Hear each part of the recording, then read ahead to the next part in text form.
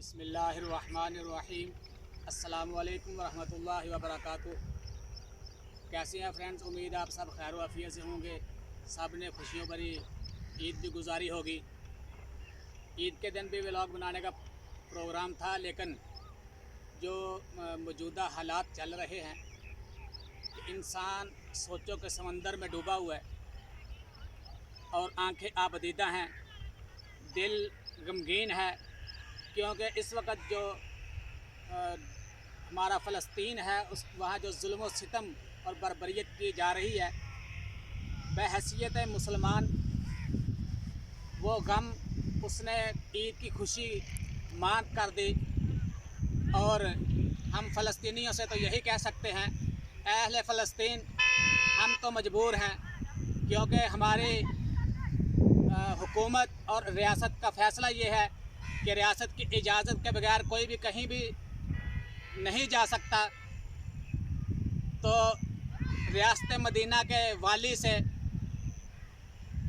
جن کا دعویٰ یہ ہے کہ ہم مدینہ کی ریاست بنانا چاہتے ہیں، ان کی خدمت میں یہی ریکویسٹ کر سکتے ہیں کہ جس ریاست مدینہ کے بانی خاتم الانبیاء امام الانبیاء صلی اللہ علیہ وآلہ وسلم، جنہوں نے مدینہ کی ریاست بنائی، جو کہ آج ہمارے لیے آئیڈیل ہے، اس میں کوئی شک نہیں، لیکن جو اس کا دعویٰ کرتے ہیں، جو مدینہ کی ریاست جیسی ریاست بنانا چاہتے ہیں، ان سے التجا ہے کہ بانی ریاست مدینہ کا فرمان اور قول تو یہ ہے کہ سارے مسلمان ایک جسم کی طرح ہیں۔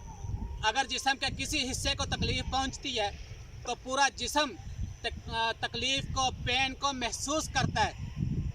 تو فلسطین ہمارا جسم کا ایک حصہ ہے، وہ لوگ زخمی ہیں۔ بلا شبہ کشمیر میں بھی ظلم کی انتہا کی گئی، جیسے کشمیر کے اندر تاریخ کو دہرایا گیا، بار بار دہرایا گیا اہل کشمیر پر ظلم کر کے۔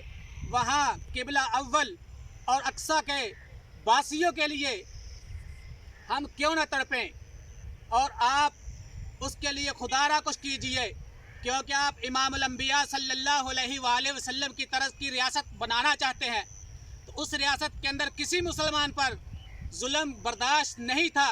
مکے کی زندگی اور تھی، مدینہ کی زندگی اور تھی، اور اس وقت ہمارا دعویٰ بھی ریاست مدینہ کا ہے۔ اور جب ریاست مدینہ مارز وجود میں آئی تھی، پھر کسی مسلمان پر ظلم برداشت نہیں کیا گیا۔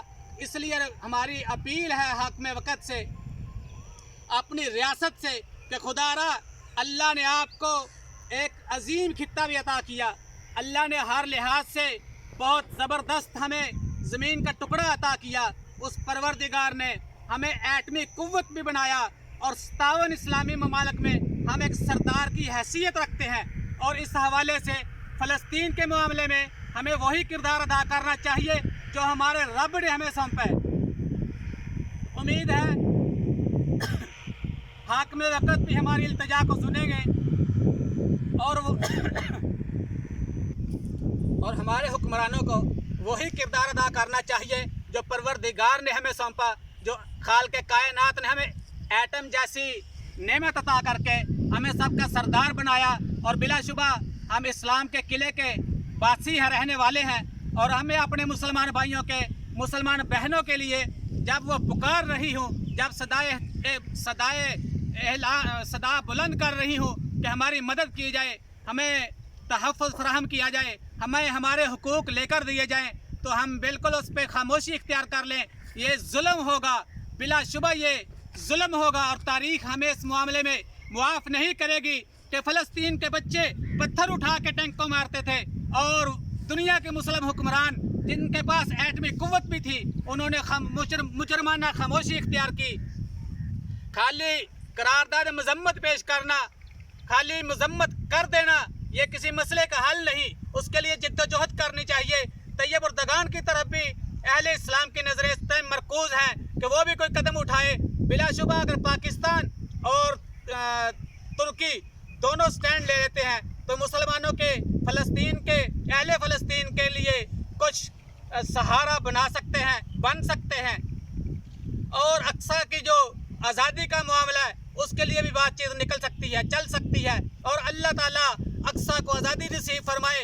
اقصی کے نمازیوں کی اللہ حفاظت فرمائے اور فلسطین کے لوگوں کو اللہ رب العزت عزت والی زندگی آزادی والی زندگی عطا فرمائے۔ تو انشاءاللہ امید ہے کہ جو ہمارے مسلمان بہن بھائی روئے زمین پر جن کے دل تڑپ رہے ہیں، فلسطین کے لیے ان کے دل غمگین ہیں، وہ دعاؤں کے اندر رو رو کے رب کو منا رہے ہوں گے کہ پروردگار ہم تو بے بس ہیں، ہمارے حکمرانوں کو غیرت عطا فرما۔ الہی ہم تو بے بس ہیں لیکن ہمارے مسلمان جو غفلت کی چادر تان کے سوئے ہیں ان کو جگانے کا کوئی سبب پیدا فرما۔ محمد بن قاسم، صلاح الدین ایوبی، ان جیسے لوگ تو بھی نہیں آ سکتے، جو موجودہ حکمران ہیں ان میں سے ہی کسی کو ٹیپو سلطان والا، صلاح الدین ایوبی والا، محمود غزنوی والا، شیر شاہ سوری والا کردار ادا کرنا ہوگا۔ خلافت عثمانیہ کی یاد بھی یہی لوگ تازہ کر سکتے ہیں۔ اللہ تعالیٰ ہمارے اسلامی ممالک کے تمام حکمرانوں کو غیرت اور وہ درد نصیب فرمائے جو کہ ہونا چاہیے۔ اور تمام اپنے مسلمان بہن بھائیوں سے یہی کہنا چاہوں گا کہ جیسے آپ لوگوں نے خوشی کے اندر عید گزاری، آپ تصور کریں ان لوگوں پر کیا بیتی جہاں بارود جلایا جا رہا ہے، جہاں بم کی بارش چل رہی ہے، ان لوگوں کے کیا حالات ہوں گے۔ وہ بھی ہمارے جسم کا حصہ ہے، اگر پاؤں کے اندر کانٹا بھی چبھ جائے تو آنکھوں میں آنسو بہہ نکلتے ہیں۔ وجہ کیا ہے؟ ایک سسٹم ہے، اس کے اندر جو بھی کوئی انسان کے اعضاء ہے جس کو تکلیف پہنچے گی، پورا جسم اس تکلیف کو محسوس کرتا ہے۔ آج ہم شاید کہ بہت زیادہ بے حس ہو چکے ہیں کہ ہمیں اہل فلسطین، اہل کشمیر اور دوسرے مسلمان مظلوم خطوں کی صدا ہمارے کانوں تک نہیں پہنچتی۔ اگر پہنچتی ہے تو ہم ان کے بارے میں نہ سوچتے ہیں، اور آخری درجہ تو دعا کا ہے، ہم دعا بھی نہیں کرتے۔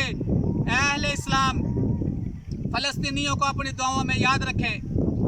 اے درد دل رکھنے والوں، انشاءاللہ العزیز ظلم کی رات جتنی بھی تاریک ہو اس کی صبح ضرور ہوتی ہے، جتنی بھی وہ تاریکی لمبی ہو جائے اس کی صبح یقینی ہے، صبح ہو کر رہتی ہے۔